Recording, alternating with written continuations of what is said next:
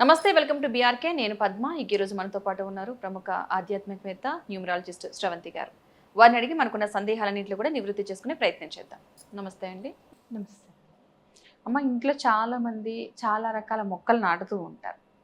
కొంతమంది ఏమో కొన్ని మొక్కల్ని నాటుకుంటే మంచిది, కొన్ని మంచిది కాదంటారు. అసలు నిజంగా ఎలాంటి మొక్కలు నాటితే మనకు పాజిటివ్ ఉంటుంది? ఏదైనా మన ప్రతి మనిషికి కూడా కావాల్సింది positive energy, main thing.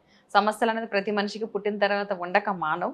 But వాటికి సొల్యూషన్ వెతుక్కోవాల్సింది కూడా మనమే కాబట్టి, అసలు పాజిటివ్గా మనసు ప్రశాంతంగా ఉండాలి ఎవరికైనా కోరుకునేది కాబట్టి. అలా ఎలాంటి మొక్కలు పెంచుకుంటే మంచిదంటారు? నా అనాలిసిస్‌లో ఉన్నవన్నీ చెప్తాను మీకు. నేను అవును. పాటించేవన్నీ కూడా చెప్తాను. తప్పకుండా. మందార చెట్టు కంపల్సరీ ఉండాలి ఇంట్లో. ఉమ్. మందార చెట్టు ఒకటి, దానిమ్మ చెట్టు ఒకటి. మీరు చిన్న దాంట్లో అన్నా పెంచండి కానీ ఈ 2 మాత్రం ఇంపార్టెంట్‌గా ఉంచండి ఇంట్లో. అలాగే జేడ్ ప్లాంట్ అని ఉంటుంది మనకి. చాలా చిన్నగా ఉంటుంది దాని మొక్క. దాని ఆకు దళసరిగా ఉంటుంది. దళసరిగా అంటే మందంగా ఉంటుంది, మందంగా లావుగా ఉంటుంది.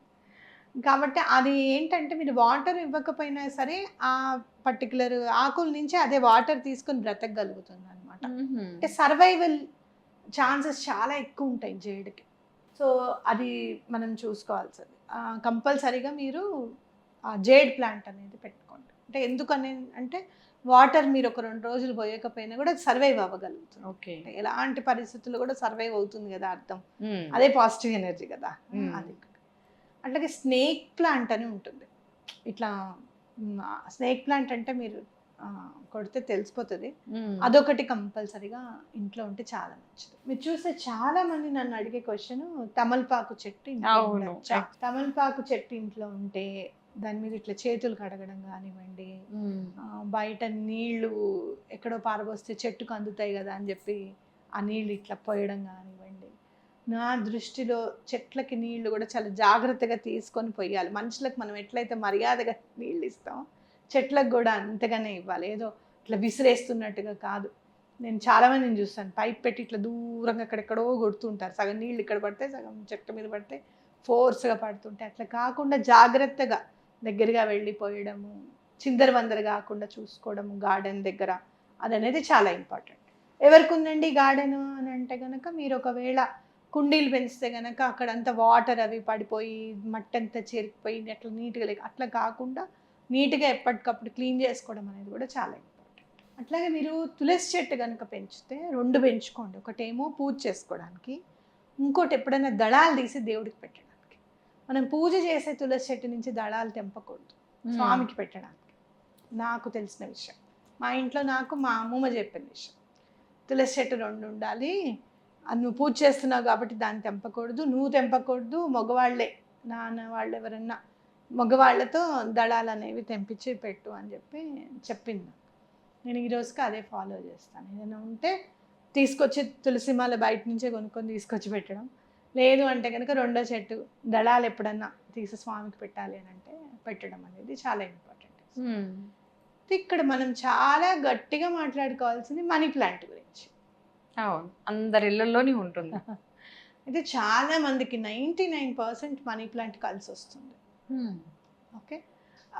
కానీ తొందరగా దిష్టి తగలడానికి కానివ్వండి, అబ్బా భలే పెరిగిందే మీ ఇంట్లో మనీ ప్లాంట్ అనగానే అది కొంచెం వాడిపోవడం కానివ్వండి, ఎండిపోవడం కానివ్వండి, మనం చూస్తూ ఉంటాం అనమాట.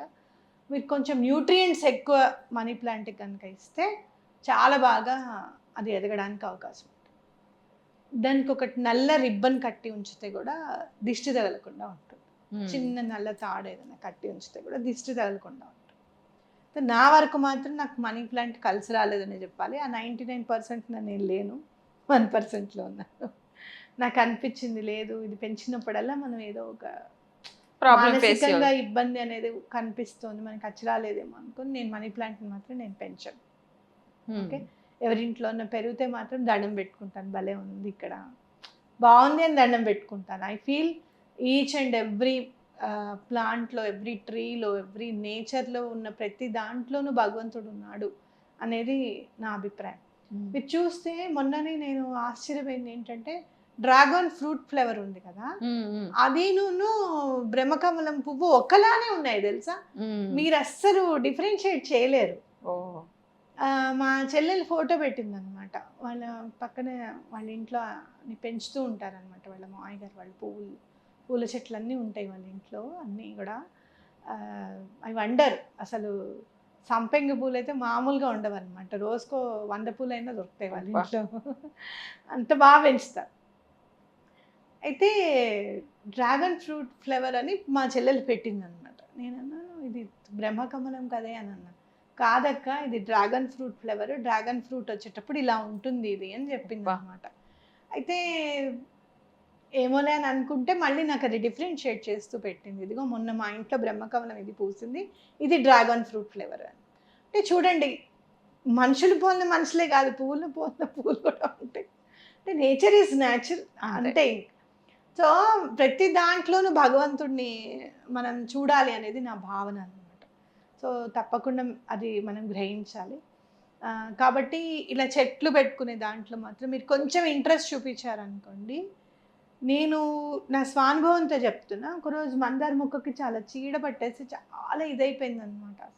నాకు చాలా ఇష్టం మందార మొక్క అంటే. ఈ మధ్యన కాలంలో ఒక 20 years నుంచి చూస్తున్నాను నేను, వైట్గా చీడ పడుతూ ఉంటుంది దానికి. చాలా కష్టం దాన్ని తగ్గించాలి అని అంటే, మందులు అవి వేసినా కూడా. మందులు పెట్టుకోవాలంటే ఇంకో భయంగా, మనకి పిల్లలు ఉంటారు అనుకున్నా అని చెప్పి.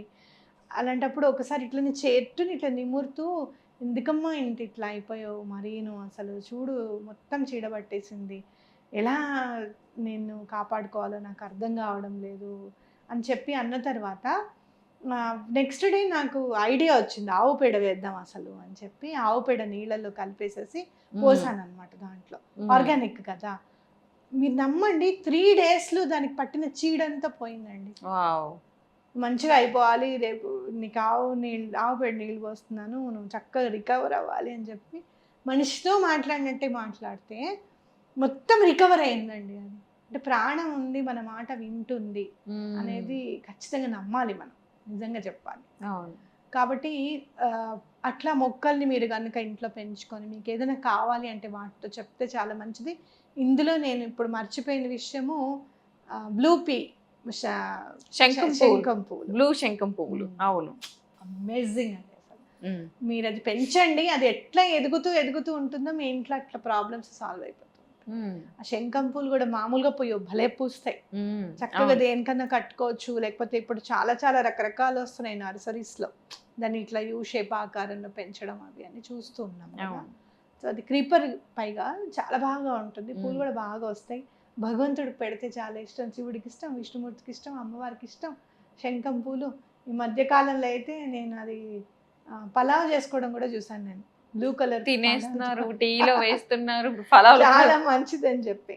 సో డెఫినెట్గా మీరు ఇంకోటి ఏంటంటే, బ్లూ కలర్ ఈజ్ సూతింగ్ మనకి. ఏదైనా చక్రాస్ ఇంబ్యాలెన్స్ ఉంటే కూడా బ్లూ కలర్తో బ్యాలెన్సింగ్ అవ్వడానికి కూడా అవకాశం ఉంటుంది. అందుకనే మీరు పడుకునేటప్పుడు బ్లూ లైట్ ఉంటుంది. అవును, బెడ్రూమ్స్లో బ్లూ లైట్ వేస్తారు, నిద్ర బాగా పడుతుంది అని చెప్పి.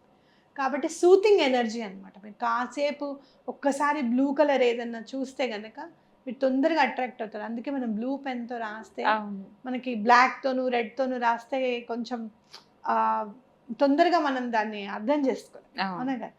బ్లూ అయితే తొందరగా మనకి విజన్కి బాగుంటుంది. సో ఇంపార్టెన్స్ ఇవ్వండి బ్లూ కలర్కి, తప్పకుండా మీకు మంచి జరుగుతుంది. అందరికీ కలిసి వస్తుంది అంటారా మరి ఆ బ్లూ అనేది? అందరికీ కలిసి వస్తుంది, బికాస్ సాటర్న్ కదా. ఓకే, సాటర్న్ని మీరు ఎంత బాగా, నేచర్ని ఎంత గౌరవిస్తే సాటర్న్ మీకు అంత గౌరవం ఇస్తారు, అంత బాగా చూసుకుంటారు. సాటర్న్ మనం నేచర్ని ఎంత గౌరవిస్తే సాటర్న్ మీకు అంత అనుకూలంగా మారిపోతారు. మీకు ఏదైనా ఏల్నాట్స్ అని అవి ఉన్నాయనుకోండి, మనం ఒక ఎపిసోడ్ చేసుకుందాం అసలు సాటర్న్ని మనం ఎట్లా ఎలా మనం మనని ఆయన అభిమానించాలి అంటే మనం ఏం చేయాలి. మంచి ఎఫెక్ట్సే కాదు, అభిమానించాలి సాటర్న్ మనం. అభిమానిస్తే మన లెవెల్ వేరేగా ఉంటుంది అనమాట. సో తప్పకుండా అది నేను మీకు చెప్తాను. సాటర్న్ని మనం బాగా ప్లీజ్ చేయాలి, ఆయన మనకు మంచి చేయాలి. మనకున్న నెగటివ్ మ్యాలిఫిక్ ఎఫెక్ట్స్ ఏవి కూడా మనకి ఇవ్వకుండా, ఒకవేళ ఇచ్చినా వాటిల్లోంచి తొందరగా బయటపడేసేటట్టుగా చేయాలి అంటే అసలు మనం ఏం చేయాలి అనేది మనం మాట్లాడుకుందాం. సో ఈ చెట్లను పెంచుకుంటే చాలా మంచిది. మీరు ఇవ్వాలి అన్నీ తెచ్చుకోండి, నేను చెప్పినవన్నీ. ఒక 3-4 monthsలో మీకు మంచి జరుగుతుంది అనేది ఖచ్చితంగా నమ్మండి.